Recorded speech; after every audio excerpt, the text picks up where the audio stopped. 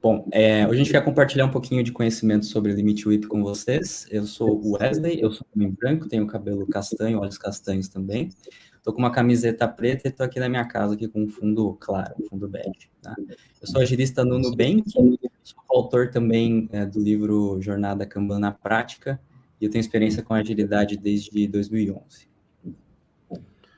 Legal, galera. Muito bom dia a todos. Eu sou o Caco, também conhecido como Cleiton Mafra.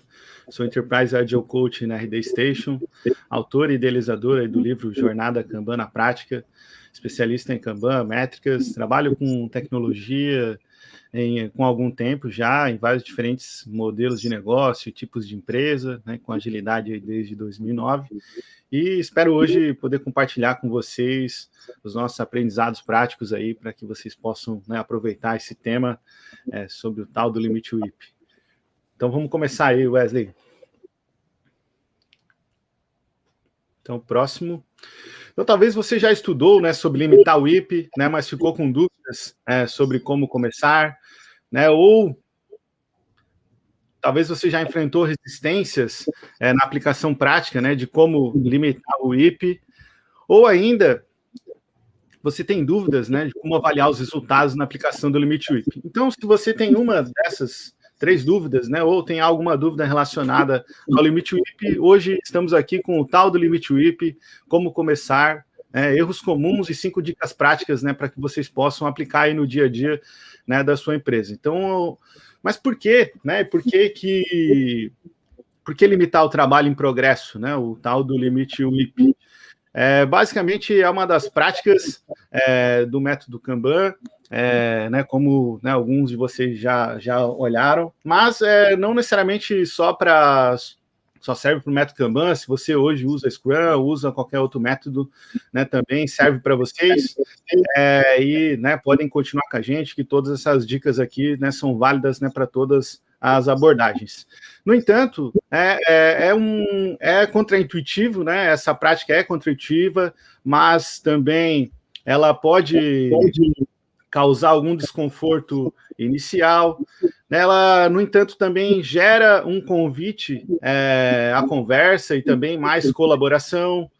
No entanto, essa prática também torna o ritmo da equipe, né, mais equilibrado. No entanto, também ela melhora a priorização, né, e o foco da equipe.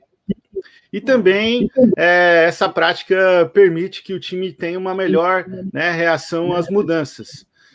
E além disso também, né, essa prática impede, né, que os problemas se tornem críticos e também garante, né, que os resultados, né, sejam duradouros. Ou seja, né, a prática do Limit WIP, ela deixa tudo mais simples, né, tudo mais fácil, e a gente vai trazer alguns insights aqui para vocês. Mas se você talvez não sabe, mas o que é o tal do Limit WIP, né? Então a gente vai trazer uma rápida introdução aqui só para, né, quem talvez não esteja habituado. Basicamente, o WIP é a tradução, né, em trabalho em progresso, né? Work in progress, e basicamente é todo o trabalho que está em estoque dentro da equipe e que, por consequência, exige um esforço de gestão e acompanhamento. Então, acho que o grande ponto aqui é que tudo que está em progresso, você tem que, de certa forma, conversar, olhar para isso, e quanto mais itens em andamento, né, maior vai ser esse esforço de gestão. E, né, esse custo da gestão vai ser maior, o esforço cognitivo das equipes, né, para lidar com os itens de trabalho, e também mais tempo nas trocas de contexto, porque se tem mais coisas executando, possivelmente você tem mais para uma coisa, começa outra, né, isso reflete, né, no maior tempo de execução. E quais são o que significa, né, de fato, limitar o trabalho em progresso? Então, a gente, né, traz que é igual a foco, né? Então, não significa que você deve trabalhar menos, né? Muitas vezes a palavra limitar vai trazer essa conotação, mas na prática você vai trabalhar em menos coisas ao mesmo tempo, né? E com isso buscando concluir antes. Mas por que tem essa relação, né, de concluir antes e que, de certa forma, né, gerar um resultado melhor? Basicamente, quando você implementa a prática do Limit WIP, você gera conflitos saudáveis, né, para enfrentar os impedimentos, os bloqueios, né, e melhorar a priorização. E quando a gente fala, né, de conseguir ter melhor resultado, né, a gente quer ter uma melhor vazão, né, da equipe, né, com menor tempo. Só que a vazão e o lead time, né, o tempo, basicamente são métricas de efeito, né? A gente não tem muito controle sobre elas. E Little trouxe uma lei que tem uma relação entre o trabalho e progresso, a vazão e o lead time. E com isso, a variável aqui que a gente consegue ter a gestão é o trabalho em progresso. Né? E gerenciando trabalho em progresso, a gente tem mais foco a gente tem menor lead time, né, e uma maior vazão.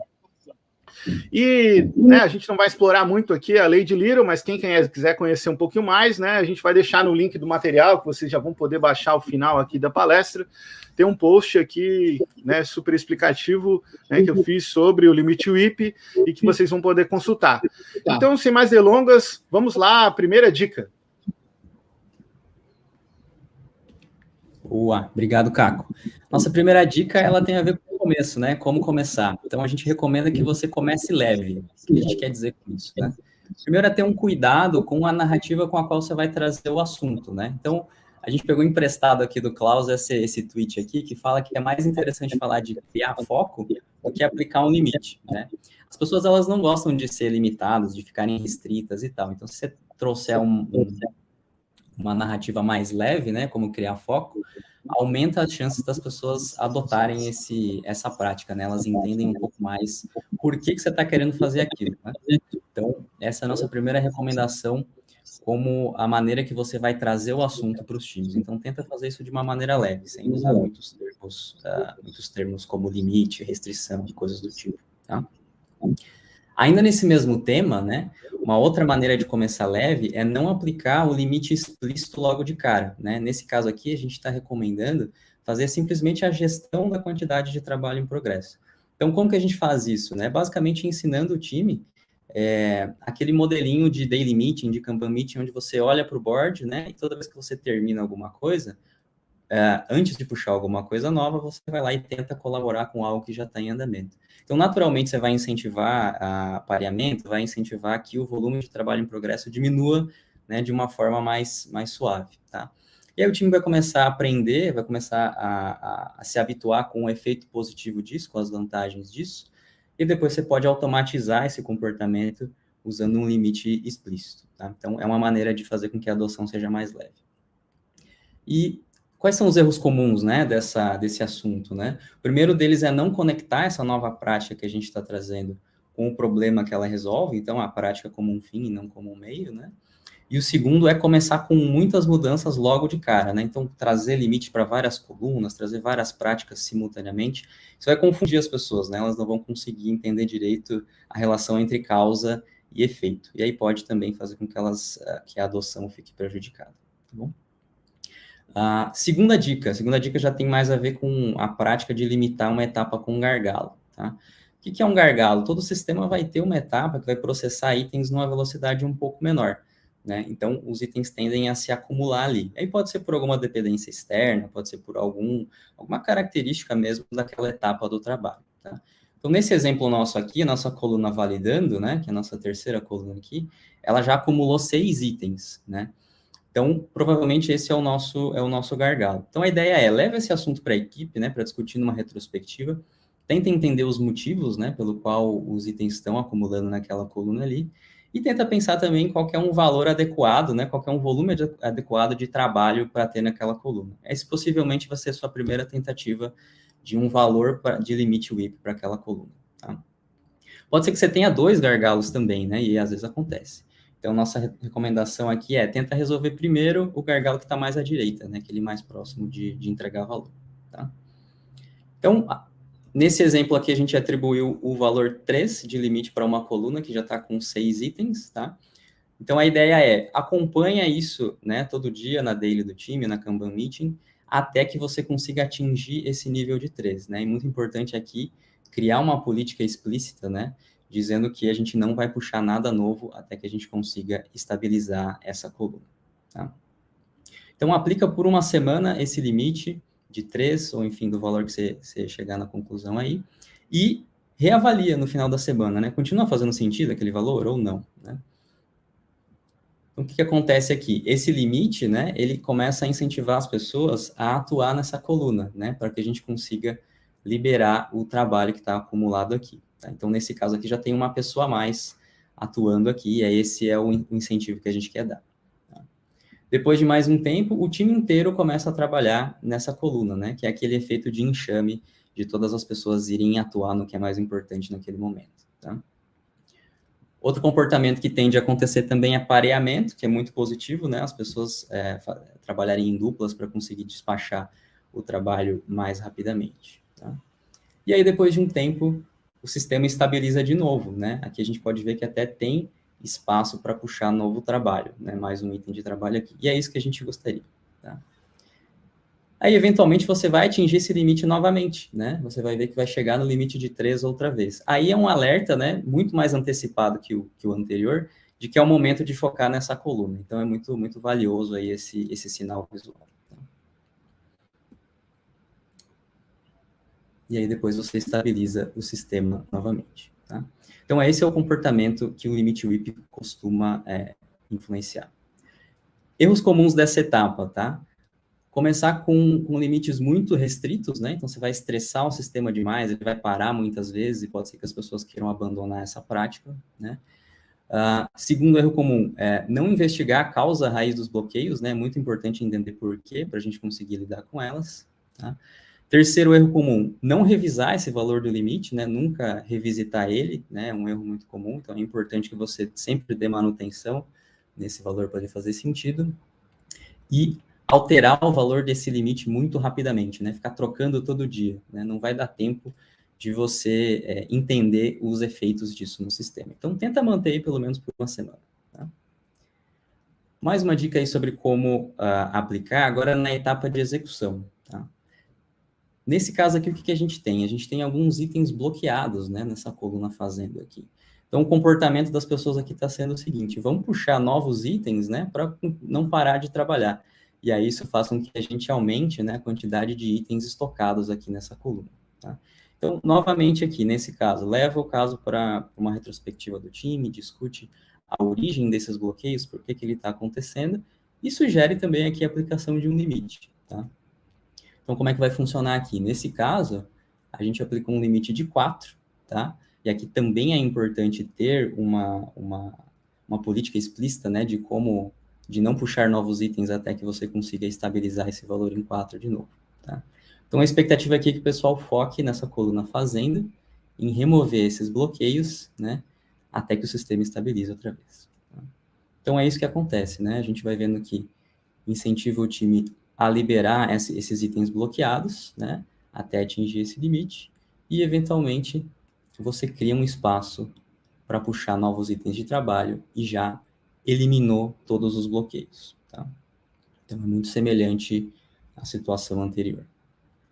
E quais são os erros comuns, né, dessa etapa? Aqui também, não buscar sanar a causa raiz desses bloqueios, né, um erro comum, então a gente não deveria simplesmente aceitar que eles aconteçam, né, a gente deveria investigar, né. O segundo erro comum, aplicar um limite que não tolera nenhum tipo de bloqueio, né, a gente sabe que na vida real os bloqueios acontecem, né, e a gente tem que deixar pelo menos uma folguinha ali para que isso seja gerenciado, né. E o último erro comum é não estabelecer uma política sobre quando puxar mais trabalho, tá bom? Então, com isso, eu devolvo o microfone aí para o Caco, para ele falar da quarta dica. Legal, galera. Então vamos agora para a quarta dica, né? Evite o starvation com o limite mínimo. Antes, só dar uma contextualizada, né, sobre o starvation, né? O que significa starvation? Basicamente é aquele momento onde falta trabalho, né, para ser puxado, seja por uma etapa do fluxo, ou seja no backlog, e que é uma coisa comum que acontece às vezes em muitas equipes. E o que a gente quer trazer aqui, a dica é: o limite mínimo pode ser uma ajuda, né, para que você possa aplicar nesses contextos. Então vamos ao primeiro exemplo aqui, para a gente trazer essa dica. Então, trazendo esse cenário, né, onde a gente veio construindo aqui, né, com vocês o o cenário, né? O Wesley deu a dica 2 ali de atuar no gargalo, né? Onde colocamos, né, o limite ali para validando, atuar na etapa, né, de execução, onde colocamos o limite no fazendo, né? Lembrando que sempre o limite, né, esse início, né, esse primeiro valor referência, ele é um chute, basicamente, né, com base na conversa ali da equipe. E é natural que depois de um tempo, né, você vai lidar com algum momento de starvation, né? E vamos, como a gente vê nesse exemplo a seguir aqui, onde o time puxou tudo que tinha no backlog, né, o que era a fazer ali na etapa a fazer, e aí a pessoa que está trabalhando ali chega no, ops, né, não tem mais nada para puxar, né, estamos em starvation, não temos mais nada, né, para atuar, o que eu vou fazer? Então, esse é o cenário, né, clássico, né, que pode acontecer e que faz o movimento, né, que a equipe às vezes tem aquele que eu chamo, né, de futebol de criança, vai todo mundo atrás da bola, né, e não tem uma cadência, né, uma sequência no fluxo, e a gente quer evitar isso, né, que é ter uma maior fluidez. Então vamos ao exemplo aí de como a gente pode aplicar o limite mínimo para resolver essa situação. Então, nesse cenário aqui, a gente pode aplicar, né, o limite mínimo na etapa do a fazer, ou backlog, onde a gente tem um 2 ali, o limite mínimo, né, e 7, por exemplo, o limite máximo. E o 2 seria o gatilho, né? Assim como a gente aplicou, né, nas etapas ali do fazendo, validando a política de quando atinge o limite, né, é o momento de a gente ir lá e atuar e tentar deixar fazer fluir o fluxo. No caso do limite mínimo, né, o gatilho é ao contrário, né? Quando você atinge esse limite mínimo, no caso aqui, a etapa a fazer tem 2 itens, então isso significa que chegou no ponto que a gente precisa, né, trabalhar para incluir mais itens aqui nessa etapa, né, para que o fluxo continue tendo a sua cadência, né, de execução. Então essa é uma das maneiras, né, e geralmente o limite mínimo ele está representado por esse aspecto de tem o 2, tracinho 7 ali, o 7 é o limite máximo e 2 o limite mínimo. Então esse é um dos cenários. Então vamos ao outro, né, e qual é o outro cenário que você pode aplicar, né, também o limite mínimo? É comum aplicar o limite mínimo numa etapa de espera. Então, né, muitos de vocês talvez tenham no fluxo de trabalho de vocês, né, uma etapa como essa que temos aqui, o para validar, né, que é uma etapa de espera entre 2 etapas de trabalho. Então, eu tenho uma etapa entre o fazendo e validando, né? E o que isso representa ali? Eu tenho o limite mínimo de 1, né, e no máximo 2. Também tem o mesmo gatilho, né? Quando eu atinjo o limite 1, quer dizer que possivelmente vai ficar sem trabalho ali na etapa. Então, é um momento, né, para que o time possa conversar. Isso pode gerar uma conversa dentro da equipe, da daily meeting, né, para entender, será que tem algum item que a gente vai terminar hoje para alimentar? Se não, né, o que a gente vai fazer? Então, você se antecipa aqui as ações, né, para que possa ter um fluxo mais, né, fluido. Assim como o exemplo anterior, esse, né, é super importante você definir uma política, né, sobre o que fazer quando atingir o limite mínimo, né? O limite mínimo ele vai ser sempre, ou o limite máximo, né, ele vai ser esse alerta, esse gatilho, esse termômetro, que ele chama a tua atenção, né? Ele chama a atenção para você fazer alguma coisa. E a política, ou a regra, ou o combinado ali que o time vai fazer legal, o que eu faço quando esse alerta acontecer? Então, super importante, né, construir esse alerta. Um outro cenário, né, também que você pode usar o limite mínimo é caso você tenha um fluxo, né, maior que vá desde a ideia até a entrega, né, que a gente chama, né, do discovery, delivery, upstream, downstream, né, e que está ligado ao fluxo completo. Então, nesse fluxo, a gente tem aqui da ideia, a identificação de problemas, oportunidades, as soluções, itens que já estão preparados ali, prontos, né, para puxar, e aí tem todo o fluxo que a gente vinha trabalhando antes ali, o a fazer, fazendo, para validar, validando e até o entregue. Vocês podem ver que nas etapas ali de problema, solução e preparado, eu também tenho o limite mínimo e máximo.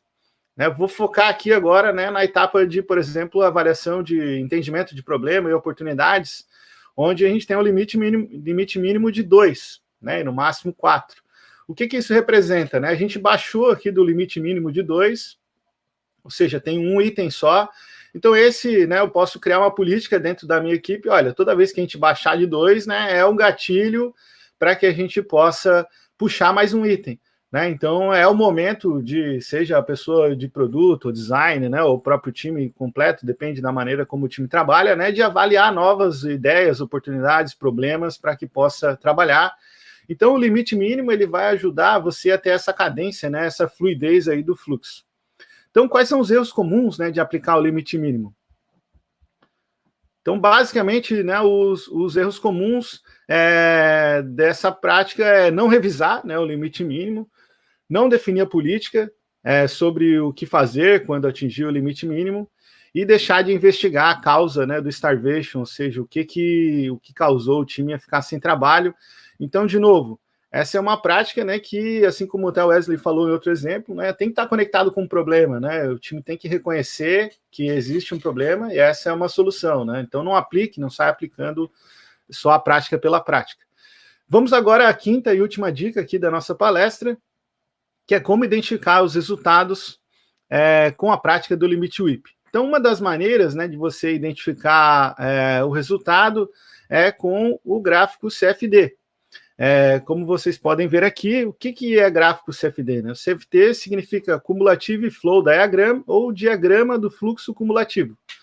Basicamente, vocês estão vendo aí 3 cores, né? A parte azul é tudo que tem de itens para serem feitos, a parte vermelha, né, representa tudo que está em execução, ou seja, em progresso, e o Done, né, tudo que está entregue está em verde. Então a gente vê, principalmente aqui embaixo, a gente tem as semanas, né? Então vocês veem entre a semana 4 e 6, né, que houve um aumento bastante da quantidade de trabalho em progresso, né? Onde essa área aumentou bastante e, consequentemente, também os itens entregues não cresceram na mesma proporção. Então esse pode ser um indício, né, um gatilho para que você possa aplicar o limite WIP. E nesse cenário aqui, a equipe aplicou a prática do limite WIP e a gente consegue ver da semana 7 em diante, né, uma diminuição do trabalho em progresso, né, e o aumento dos itens entregues. Né, essa área verde aumentou bastante, ou seja, conseguir equilibrar o fluxo, né, e trazer mais cadência aqui e resultado para a minha equipe. Né, vamos agora, né, um outro exemplo de um outro CFD, né, que mostra um exemplo aqui que é o mais comum, né, mais encontrado, onde a gente tem todas as etapas de trabalho aqui, né? Aqui está representado pelo to do, doing, né, o QA, shipping e done. E vocês veem que já tem mais tempo aqui de execução, né? Então você consegue ver que, inclusive, mais para o finalzinho ali, o time ainda reduziu mais o limite WIP, né, e conseguiu, né, ter uma maior fluidez, mas vocês veem que o time já está mais constante. Mas qual que é a dica prática aqui que eu queria trazer para vocês?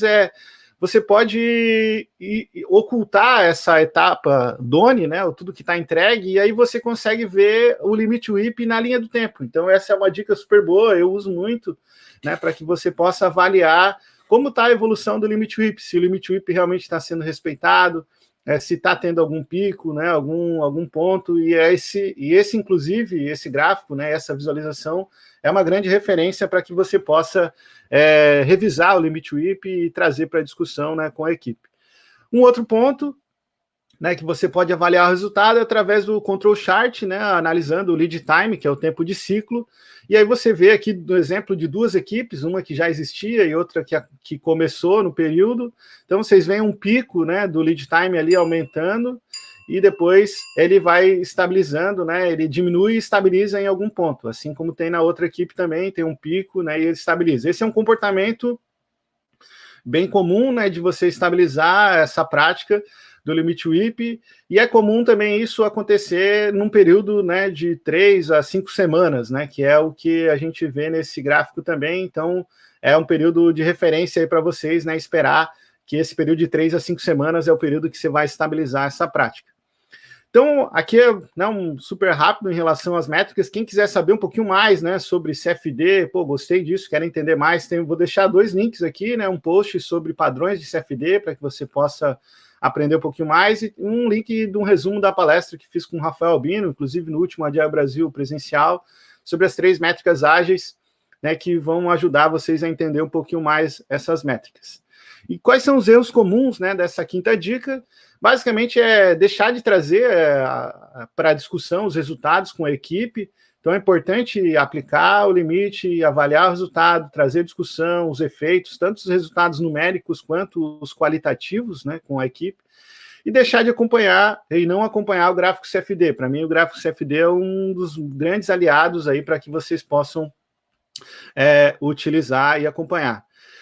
Então, e para a gente, para finalmente aqui, né, deixar com vocês aqui 3 referências, né, o livro Jornada Kanban na Prática, que inclusive eu e o Wesley, né, escrevemos o capítulo sobre o limite WIP, o livro Métricas Ágeis aqui do Rafael Bino, né, e o Kanban Change Leadership, né, do Klaus Leopold Siegfried, que tem muitas dicas boas também. E dessa maneira, né, a gente encerra aqui a nossa palestra, né, com a frase aqui da filosofia Kanban: pare de começar, né, e comece a terminar. A gente entende que essa é a grande questão aqui do limite WIP, e dessa maneira a gente termina aqui a nossa palestra com um muito obrigado a todos, né, e um agradecimento especial a todos que acompanharam. Quem quiser já pode apontar o celular, pegar aqui no QR Code, baixar a palestra, e é isso aí. Muito obrigado, pessoal. Excelente, muito obrigado, pessoal que viu a palestra, já pode chegar e colocar colocar as dicas em práticas, já ver o que está errando, já ajustar, colocar a melhoria contínua e seguir. Tem algumas perguntas aqui, agradecer primeiramente a vocês, e uma delas é a do Flávio Lopes, que diz: faz sentido adotar o WIP em equipes não dedicadas? Boa, posso pegar essa. No meu entendimento, faz. Eu acho que é um bom mecanismo de você identificar, de você pelo menos dar visibilidade, né, de que essa equipe está compartilhada e que talvez seja uma boa prática deixar ela focar em alguma coisa, né? Então, se você tiver algum limite em alguma etapa do trabalho dessa equipe, vai ficar evidente, né, que ela não está conseguindo dar atenção para aquilo e que o trabalho está começando a acumular ali, né? Então, acho que pode ser uma boa prática para você dar visibilidade para esse padrão, né? Esse padrão estranho, assim, né? De uma equipe não estar ali dedicada totalmente a alguma coisa. Mas, enfim, tudo é relativo, né? Tem que entender bem o contexto ali dessa equipe, por que ela está dividida em outro contexto, né? Em outra, dando atenção para 2 contextos diferentes. Em geral, eu recomendaria colocar, pelo menos para ter algum insight, alguma ideia sobre dar visibilidade para isso, né? Eu vejo que poderia ser de 2 maneiras, né? Uma até para evitar, para garantir o foco, né? Que a gente falou bastante aqui. E às vezes pode ter uma etapa específica do fluxo dessa equipe não dedicada que vai precisar movimentação sazonal, né? Às vezes vai ter pessoas que vão se movimentar de forma sazonal para atuar lá e depois elas saem da atuação, né? E o limite WIP ele vai ser esse gatilho para ajudar a saber, quando que a gente precisa aumentar a atuação nessa etapa. Então, quando talvez atingir o limite, vai ser o ponto aí. Beleza. Tem mais pergunta aqui, mas pelo tempo a gente não vai continuar. Vou convidar todos, então, a irem para o hall, irem para as salas de bate-papo, continuarem conversando, e agradecer imensamente a vocês por trazer e compartilhar conhecimento e experiência. Muito obrigado, pessoal. A gente vai estar ali no lounge ali, né, do evento, então a gente até estava testando antes, então quem quiser, corre para lá, a gente bate um papo. Então agradecemos a todos, né? Nos sigam aí no LinkedIn. Muito obrigado mais uma vez pela oportunidade aí. Valeu. Obrigada. Valeu.